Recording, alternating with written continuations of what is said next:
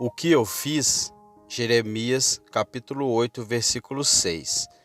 Talvez nenhuma outra figura que represente Deus sob uma luz mais agraciada que essas figuras de linguagem que o mostram inclinando do seu trono e descendo do céu para suprir as necessidades e considerar as aflições da humanidade. Temos que amar esse Deus que, quando Sodoma e Gomorra transpiravam iniquidade, não queria destruir essas cidades, ainda que conhecesse sua culpa e sua maldade, até que as não tivesse visitado e transitado durante um tempo por suas ruas. Penso que não podemos evitar derramar nosso coração em afeto por esse Deus, que inclina seus ouvidos desde a glória mais sublime e o põe junto ao lábio do mais fraco indivíduo que expressa um desejo sincero. Como poderíamos resistir ao sentimento que ele é um Deus a quem devemos amar, quando sabemos que presta atenção a tudo o que diz respeito a nós, que conta os próprios cabelos de nossa cabeça, que pede aos anjos que protejam nossos passos para que nossos pés não tropecem nas pedras, que sinaliza nosso caminho e ordena nossos caminhos? Primeiro, então, algumas palavras de sincera persuasão, solicitando a cada um dos que agora estão presentes e mais especialmente a cada pessoa não convertida, que se faça a pergunta e a respondam solenemente: o que eu fiz? Poucas pessoas gostam de tomar a moléstia de revisar suas próprias vidas. A maioria das pessoas estão tão perto da bancarrota que se envergonha de revisar sua própria contabilidade. A grande maioria da humanidade se assemelha ao nécio avestruz, que quando é perseguido de perto pelos caçadores, enterra sua cabeça na areia e fecha os seus olhos, e pensa que pelo fato de não ver seus perseguidores, então está seguro. Grande parte da humanidade, repito, se envergonha de revisar sua própria biografia. E se a consciência e a memória pudessem converter-se em coautoras de uma história de suas vidas, desde o princípio até o fim, comprariam um grande ferrolho de ferro e um cadeado e encerrariam o volume, pois não se atreveriam a lê-lo. Sabem que é um livro cheio de lamentos e aflição, que não se atreveriam a ler e permanecem ainda em suas iniquidades. Eu tenho, portanto, uma difícil tarefa ao tratar de persuadir a cada um de vocês a que peguem o livro, sem importar que suas páginas sejam umas quantas ou muitas, ou que sejam brancas ou negras. Me resultará difícil induzi-los a que leiam tudo. Mas peço que o Espírito Santo te persuada agora e que respondas a esta pergunta: o que eu fiz? Pois recorda, meu querido amigo, que esquadrinhar-te a ti mesmo não pode te causar nenhum dano. Nenhum comerciante jamais empobrece por revisar seus livros. Poderia descobrir-se mais pobre do que pensava, mas não é a revisão dos livros que o empobreceu. Ele se prejudicou por alguma prática comercial errada que ocorreu antes. Meu amigo, é melhor que conheças o passado enquanto tenhas tempo para restaurá-lo, e não que continues com os teus olhos vendados, esperando entrar pelas portas do paraíso e descobrir o teu erro, quando aí já seja demasiado tarde, porque a porta está fechada. Não se perde nada fazendo um inventário. Não podes piorar em nada por causa de um breve autoexame. Isto, em si mesmo, será um forte argumento para te induzir a fazê-lo. Mas recorda que podes estar muitíssimo melhor, pois considere que teus assuntos estejam bem com Deus. Então podes estar muito feliz e consolar-te, pois aquele que está bem com seu Deus não tem motivo para estar triste. Mas, relembre que existem muitas probabilidades de que estejas mal. Há tantas pessoas neste mundo que vivem enganadas, que existem altas probabilidades de que estejam também enganados. Poderias ter um nome para a vida e ainda assim estar morto. Poderias ser como a árvore de John Bunyan, do qual disse: Era formosa para ver-se e era verde por fora, mas seu interior estava suficientemente podre para ser combustível na fogueira do diabo. Neste dia, poderias estar muito bem caído diante de ti e diante de teus semelhantes, e ser sumamente bonito, mas também poderias ser este fariseu que quem Cristo disse: sois semelhantes aos sepulcros caídos, que por fora realmente parecem formosos, mas interiormente estão cheios de ossos mortos e de toda a imundície. Agora, homem, ainda que tu queiras ser enganado, de minha parte sinto que preferiria 1000 vezes conhecer realmente meu próprio estado, em vez de ter as imagens mais agradáveis sobre esse estado e descobrir-me enganado. Muitas vezes sussurrei solenemente esta oração: Senhor, me ajude a conhecer o pior de mim, se ainda sou um apóstata de ti, sem Deus e sem Cristo. Ao mesmo faz com que eu seja honesta comigo mesmo e saiba o que eu sou. Recorda, meu amigo, que o momento disponível para que faças um autoexame é, depois de tudo, muito breve. Logo saberás o grande segredo. Talvez eu não pronuncie palavras suficientemente fortes para romper a máscara que agora tens sobre ti, mas há alguém que se chama morte que não aceitará nenhuma lisonja. Poderias disfarçar-te hoje com as vestes de um santo, mas a morte logo te desnudará e estarás diante do tribunal depois que a morte haja descoberto toda a tua nudez, seja esta nudez inocência ou culpa. Recorda também que ainda que tu possas enganar a ti mesmo, não enganarás ao teu Deus.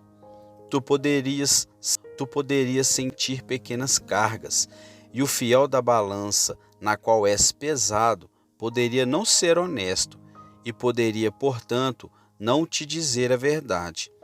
Mas quando Deus te julga, não fará concessões. Quando o eterno Jeová toma a balança da justiça e põe a sua lei em um dos pratos, pecador, como tremerás quando te põe a ti no outro? Pois a menos que Cristo seja teu Cristo, te encontrarás leve de peso, pesado serás na balança e será encontrado em falta. Que palavras adotei para induzir a cada um de vocês a que se examinem agora. Conheço as várias desculpas que alguns de vocês apresentarão. Alguns argumentarão que são membros da igreja e que, portanto, não têm problemas. Talvez estejas me olhando de alguma das galerias e me diga: Senhor Spurgeon, suas mãos me batizaram neste mesmo ano no Senhor Jesus e periodicamente me passou o pão e o vinho sacramentais. Meu amigo, eu sei isso e temo que batizei a muitos, aos quais o Senhor não batizou jamais, e alguns de vocês que foram sido recebidos na membresia da igreja na terra, jamais foram recebidos por Deus. Se Jesus Cristo tinha um hipócrita entre seus 12 discípulos, quantos hipócritas não terei aqui entre cerca de 1.200 pessoas? Queridos leitores, nesta época é muito fácil fazer uma profissão de religião. Muitas igrejas recebem candidatos à membresia sem nenhum exame e nenhum tipo. Algumas dessas pessoas vieram a mim e eu lhes disse: devo tratar-te da mesma maneira como se houvesse vindo do mundo, porque me disseram: eu nunca vi ao pastor, eu escrevi uma nota à igreja e eles me receberam. Na verdade, nesta época de profissão de fé, um homem poderia fazer a profissão mais elevada do mundo e, sem dúvida, ser contado com os apóstatas condenados no final. Não se desviem da pergunta por essa causa e não digam: eu estou demasiado ocupado para atender meus assuntos espirituais. Todavia, haja tempo suficiente. Muitos disseram isso, e antes de que seu tempo suficiente houvesse chegado, se encontraram onde o tempo não existe mais. Tu que dizes que tens tempo suficiente, quão pouco sabes a proximidade de ti com a morte. Há algumas pessoas aqui presentes que não verão o dia de Ano Novo. Há toda a probabilidade de que um grande número de pessoas não verá outro ano. Ó, que o Senhor nosso Deus nos prepare a cada um de nós para a morte e para o juízo, e abençoe a exortação desta manhã para a nossa preparação, conduzindo-nos a fazermos a pergunta: o que eu fiz? Então, agora hei de ajudá-los a responder a pergunta: o que eu fiz? Cristão verdadeiro, tenho muito pouco que dizer esta manhã. Não vou multiplicar minhas palavras. Apenas deixarei a indagação à tua própria consciência. Que fizestes tu? Ouça que respondes. Não fiz nada para salvar-me a mim mesmo, pois isso foi feito para mim no pacto eterno, desde antes da fundação do mundo.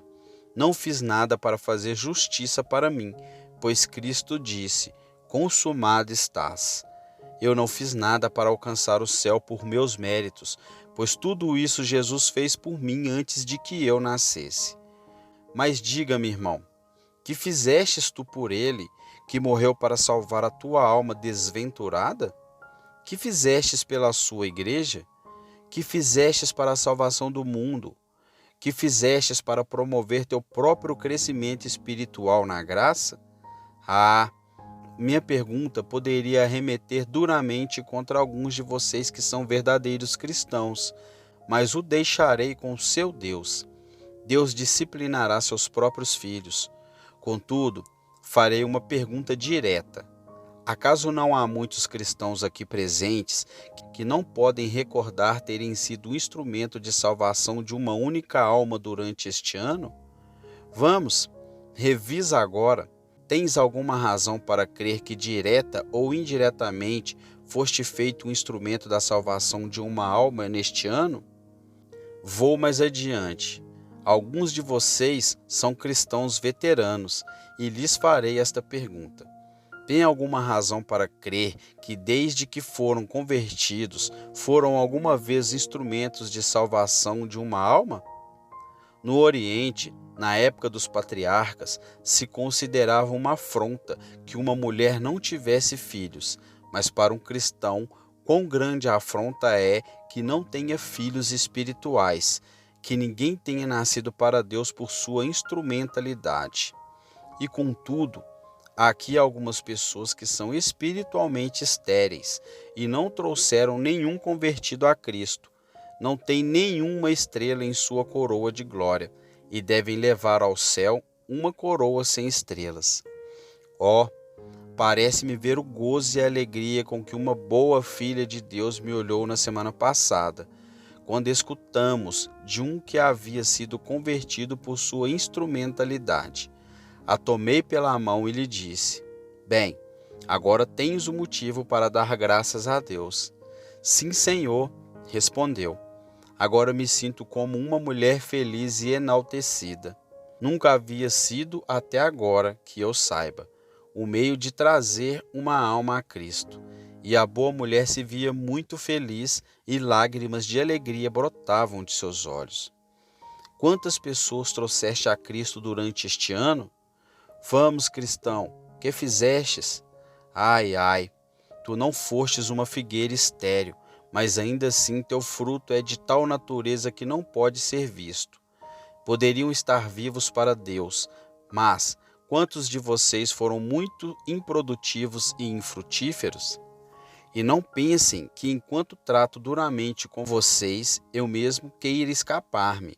Não, eu me faço a pergunta: o que eu fiz? E quando penso no zelo de Whitefield e na sinceridade de muitos daqueles grandes evangelistas dos tempos antigos, fico consternado comigo mesmo e me faço a pergunta: o que eu fiz? Eu somente posso responder a esta pergunta sentindo-me um pouco confuso. Quão repetidamente preguei a vocês a palavra de Deus e, contudo, quão poucas vezes chorei por vocês como um pastor deveria fazer. Quão frequentemente deveria adverti-los sobre a ira vindoura, e também me esqueci de ser mais esforçado do que poderia ter sido. Temo que o sangue de algumas almas permaneça em minha porta quando me apresente para ser julgado por meu Deus no final. Lhe suplico que roguem por seu pastor por isso, que seja perdoado, se alguma vez houve falta de intrepidez e de energia e de oração. E roguem que durante o ano seguinte pregue sempre como se não pudesse pregar nunca mais, como um homem moribundo e homens moribundos. Enquanto questionava o cristão com a pergunta: "O que eu fiz?", escutei o moralista que dizia: "Senhor, fiz tudo o que eu deveria fazer." O Senhor poderia, como um pregador do Evangelho, estar ali e falar-me sobre pecados, mas eu lhe digo: Senhor, que fiz tudo o que me correspondia. Sempre assisti regularmente à minha igreja ou à capela a cada domingo. Na medida que um homem ou uma mulher podem fazê-lo, sempre fiz orações em família e sempre oro antes de ir dormir e quando me levanto pela manhã. Não devo nada a ninguém, que eu saiba, nem fui áspero com ninguém. Dou uma porção substancial aos pobres e creio que se as boas obras têm algum mérito, certamente fiz muitas. Muito correto, meu amigo. Na verdade, muito correto. Se as obras tivessem algum mérito, mas desafortunadamente não tem nenhum, pois nossas boas obras, se as fizéssemos para salvar-nos por elas, não são melhores que nossos pecados. Poderíamos muito bem esperar ir ao céu por amaldiçoar e jurar que ir pelos méritos de tuas próprias boas obras. Porque ainda que as boas obras sejam infinitamente preferíveis a amaldiçoar e jurar desde um ponto de vista moral, contudo, não há mais mérito em um do que há no outro, ainda que haja menos pecado em um do que no outro. Tenha a bondade de recordar então que tudo o que estivestes fazendo todos estes anos não serve de nada. Bem, Senhor, mas eu confiei em Cristo. Agora, alto lá, permita-me fazer uma pergunta.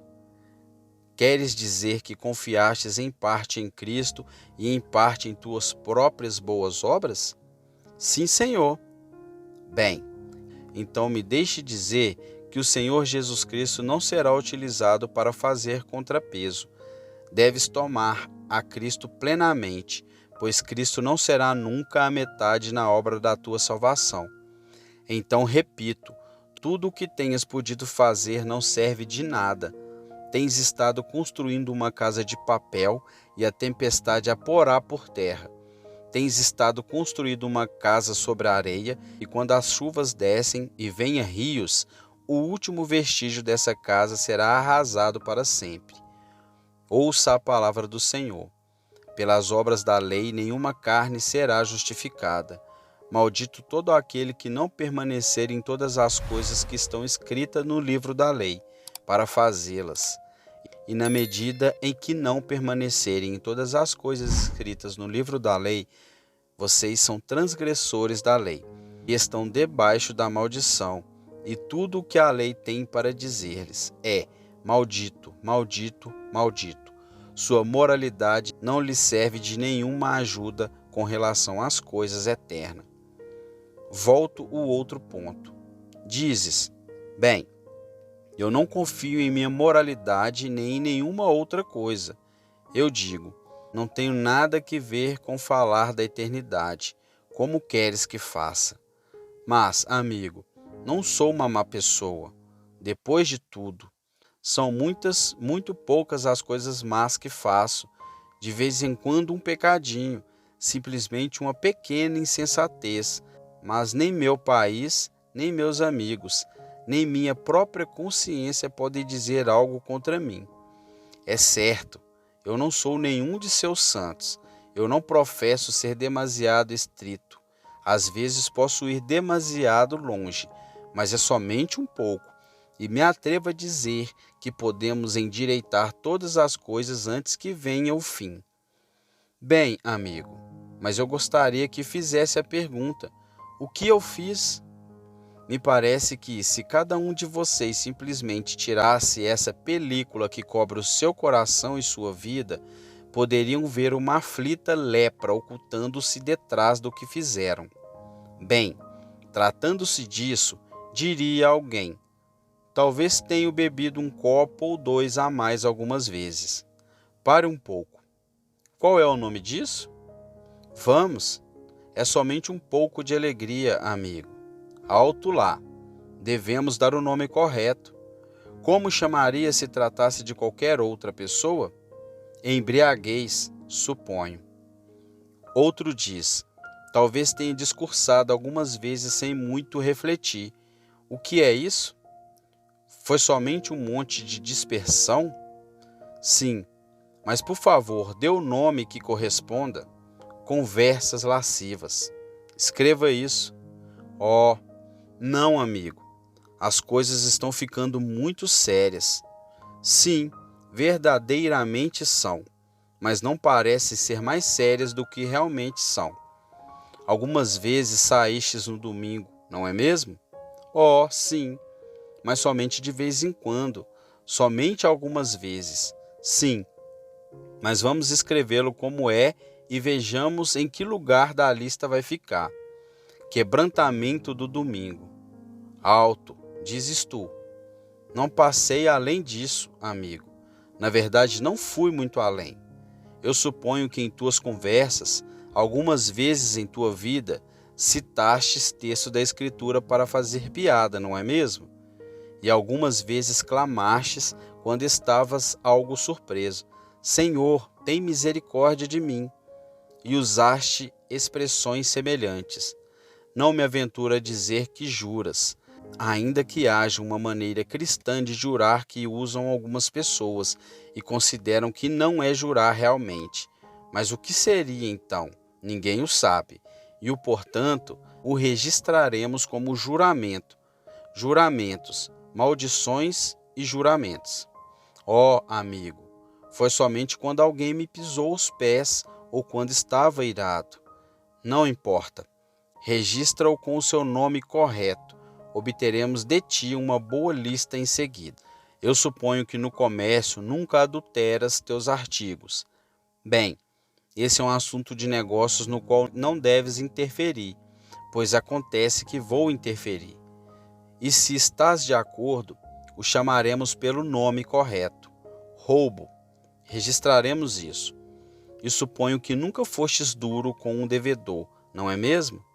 Não has desejado nunca, em nenhum momento, ser mais rico, e em outras ocasiões não has desejado um pouquinho que teu vizinho em frente perdesse parte de sua clientela para que tu o adquirisses? Bem, chamaremos isso pelo nome correto. Isso é avareza, que é idolatria. Agora, parece que a lista se está ficando negra. Além disso, como passaste todo este ano? E ainda que tenhas pretendido orar algumas vezes, realmente oraste alguma vez? Não, não o fizestes. Bem, então devemos colocar na lista: falta de oração. Algumas vezes leste a Bíblia e algumas vezes escutaste o pastor, mas depois de tudo, não deixaste todas essas coisas passarem ao longe? Então, eu quero saber se isso não é desprezar a Deus e se não teríamos que registrá-lo sob esse nome. Na realidade, somente necessitamos ir um pouco mais longe, pois a lista, uma vez somada, é pavorosa, e poucos de nós poderíamos escapar de pecados tão grandes como estes, se nossa consciência estivesse suficientemente desperta. Mas há aqui presente um homem que se tornou muito descuidado e indiferente em relação a cada ponto de moralidade. E me diz: ah, jovem amigo, eu poderia dizer o que fiz durante o ano. Alto, amigo, não desejo saber isso particularmente agora. Podes dizer-te a ti mesmo quando chegares em casa. Há pessoas jovens aqui, talvez não lhe fizessem muito bem saber o que tu fizestes. Não és nada melhor do que deveria ser, afirmam algumas pessoas. o que significa que és tão mau que não lhe seria bom dizer o que és.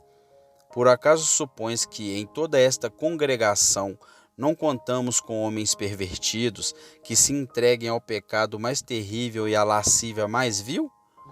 Vamos! O anjo de Deus parecia estar sobrevoando em nosso meio e tocando a consciência de alguns para fazê-los saber a quais iniquidades se entregaram durante o ano. Eu peço a Deus que minha simples alusão a eles possa ser um instrumento para despertar suas consciências.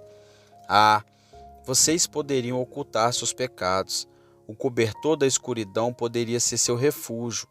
Vocês poderiam pensar que não serão descobertos nunca, mas recordem que cada pecado que tenham cometido será lido diante do sol, e os homens e os anjos o escutarão no dia da conta final.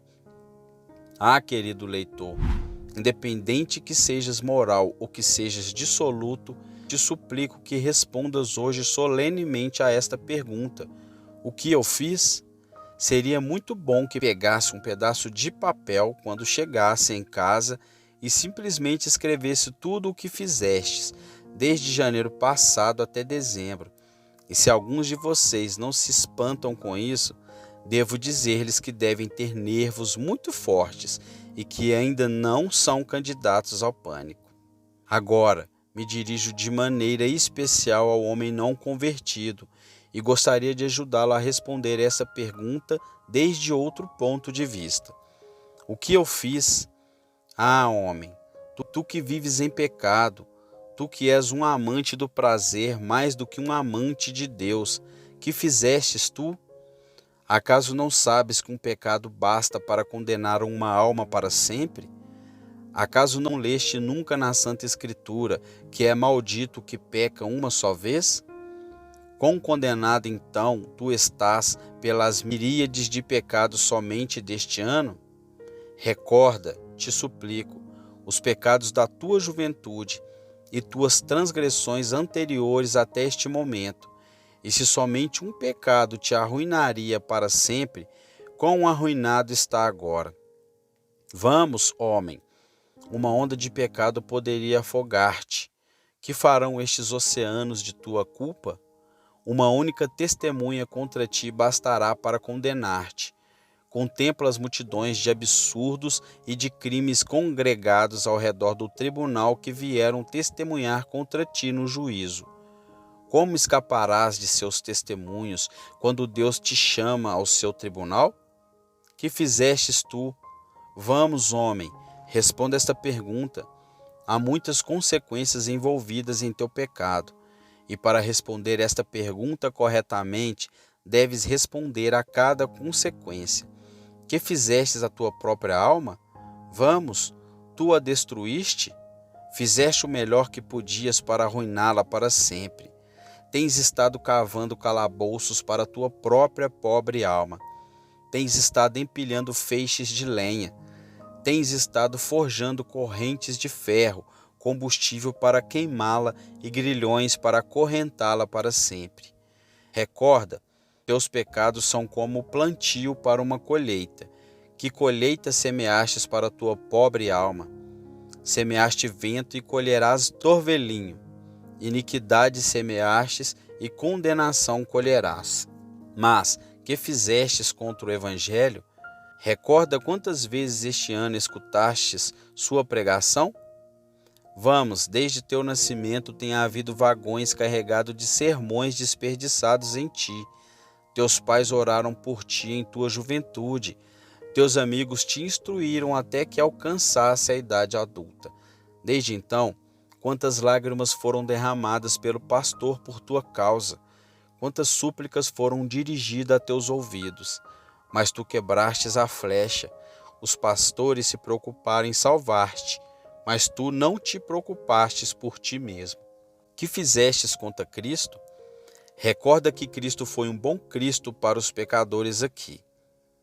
Mas ainda assim, como não há nada que arda tão bem como essa suave substância que é o azeite, assim não haverá nada que seja tão feroz como esse Salvador de bondoso coração, quando venha para ser teu juiz. Mais feroz que um leão sobre sua presa é o amor rejeitado.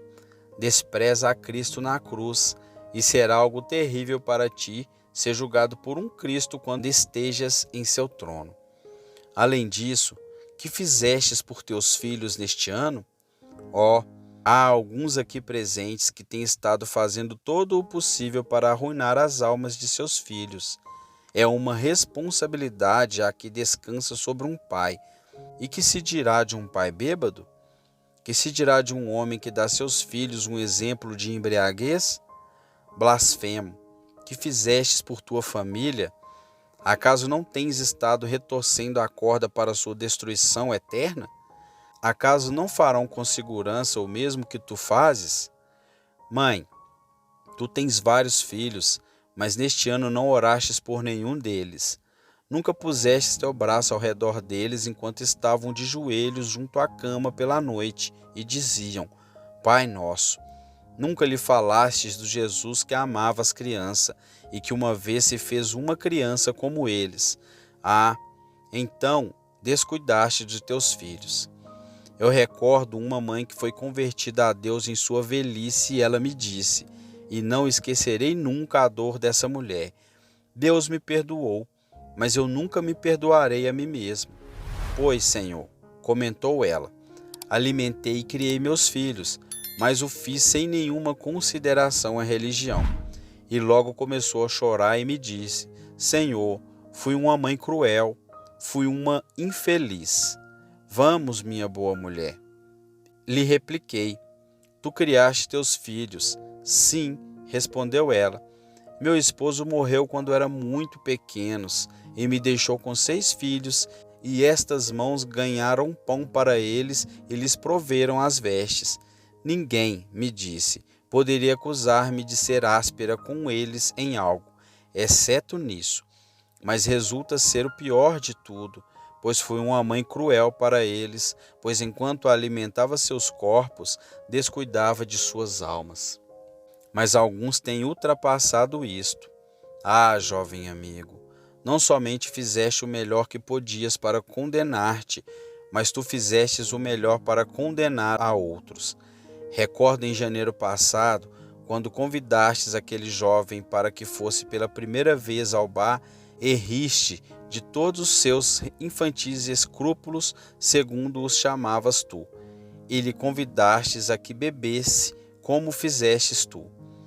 Recorda quando na escuridão da noite conduzistes ao mau caminho por primeira vez a um jovem cujos princípios eram virtuosos e que não conhecia a lascívia até que tu a revelaste?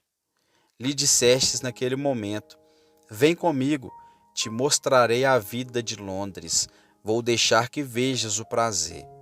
Aquele homem jovem, quando veio à tua oficina pela primeira vez, costumava ir à casa de Deus aos domingos e parecia dar indícios de ir ao céu.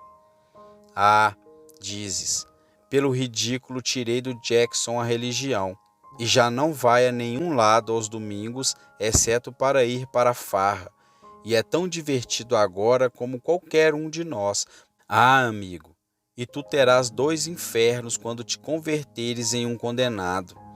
Terás teu próprio inferno e o seu também, pois ele te olhará através das arrepiantes chamas e te dirá: talvez nunca tivesse estado aqui, se tu não me houvesse trazido aqui. E, sedutor, que olhos serão os que te olharão com um olhar feroz e penetrante através do horror do inferno? Serão os olhos de alguém a quem conduzistes à iniquidade. Que duplo inferno será para ti quando te olharem ferozmente como 2 estrelas, cuja luz e fúria murchem teu sangue para sempre. Façam uma pausa, vocês que conduziram outros ao desvio, e tremam agora. Eu mesmo fiz uma pausa, e orei a Deus quando conheci o Salvador, para que me ajudasse a conduzir a Cristo aqueles que eu havia conduzido ao desvio de alguma maneira. E eu recordo que George Whitefield diz que quando começou a orar, sua primeira oração foi que Deus convertesse aqueles com os quais costumava jogar cartas desperdiçando seus domingos. e bendito seja Deus, diz, cada um deles foi convertido. Ó Deus meu, acaso não posso detectar surpresa e terror em algum rosto aqui? Acaso não tremam e batam em seus joelhos?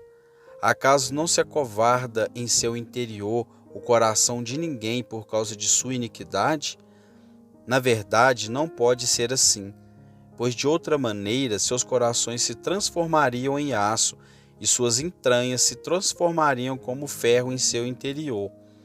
Na verdade, se fosse assim, as palavras de Deus são com certeza verdadeiras, aquelas palavras nas quais diz, no versículo 7 deste capítulo, até a cegonha no céu conhece seus tempos determinados, e a rola e o grol e a andorinha observam o tempo da sua arribação. Mas o meu povo não conhece o juízo do Senhor. E certamente tinha razão aquele profeta que disse, o boi conhece o seu possuidor, e o jumento a manjedoura de seu dono. Mas Israel não tem conhecimento, o meu povo não entende. Ó, são vocês tão brutos para deixar que as reflexões dessa culpa passem sobre vocês sem que lhe causem espanto e terror? Então, na verdade, nós que sentimos nossa culpa, temos necessidade de dobrar nossos joelhos por você e orar para que Deus os conduza todavia a conhecerem-se a vocês mesmos, pois, vivendo e morrendo como vocês são, endurecidos e sem esperança, sua porção deverá ser extremamente horrível. Quão feliz seria se pudesse esperar que a maioria de vocês pudesse acompanhar-me nesta humilde confissão de nossa fé. Posso falar como se estivesse falando por cada um de vocês? Será a opção de vocês aceitar o que eu disse ou rejeitá-lo, mas eu confio que a grande maioria de vocês me seguirá. Ó Senhor, eu confesso nesta manhã que meus pecados são mais pesados do que posso suportar. Mereci tua ira mais ardente e teu infinito desgosto, e dificilmente me atreveria a esperar que possas ter misericórdia de mim. Mas, considerando que tu entregastes o teu filho para que morresse na cruz pelos pecadores, e que tu dissestes também, olhai para mim e sereis salvos, vós todos os termos da terra. Senhor, eu te olho nesta manhã, e ainda que nunca tenha olhado antes, contudo olho agora. Ainda que tenha sido um escravo do pecado até este momento, contudo, Senhor, aceite-me, pecador como sou, por meio do sangue e da justiça de teu Filho, Jesus Cristo. Ó Pai, não me olhes com desagrado, sei que poderias fazê-lo, mas eu invoco essa promessa que diz, e o que vem a mim, de maneira nenhuma o lançarei fora. Senhor, eu venho, tal como sou, sem nenhum argumento, exceto que teu sangue foi derramado por mim e que tu me pediste que vieste. Ó Cordeiro de Deus, eu venho. Minha fé, na verdade, põe sua mão nessa tua amada cabeça, enquanto que como penitente estou e ali confesso o meu pecado. Senhor, me aceita. Senhor, me perdoe e me tome como sou, de agora em diante e para sempre, para que seja teu servo, para que seja teu redimido quando morra.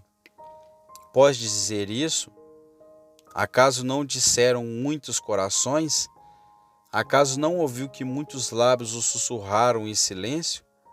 Tem bom ânimo, meu irmão, minha irmã, se isso brotou de teu coração, está tão salvo como os anjos do céu, pois és um filho de Deus e não perecerá nunca.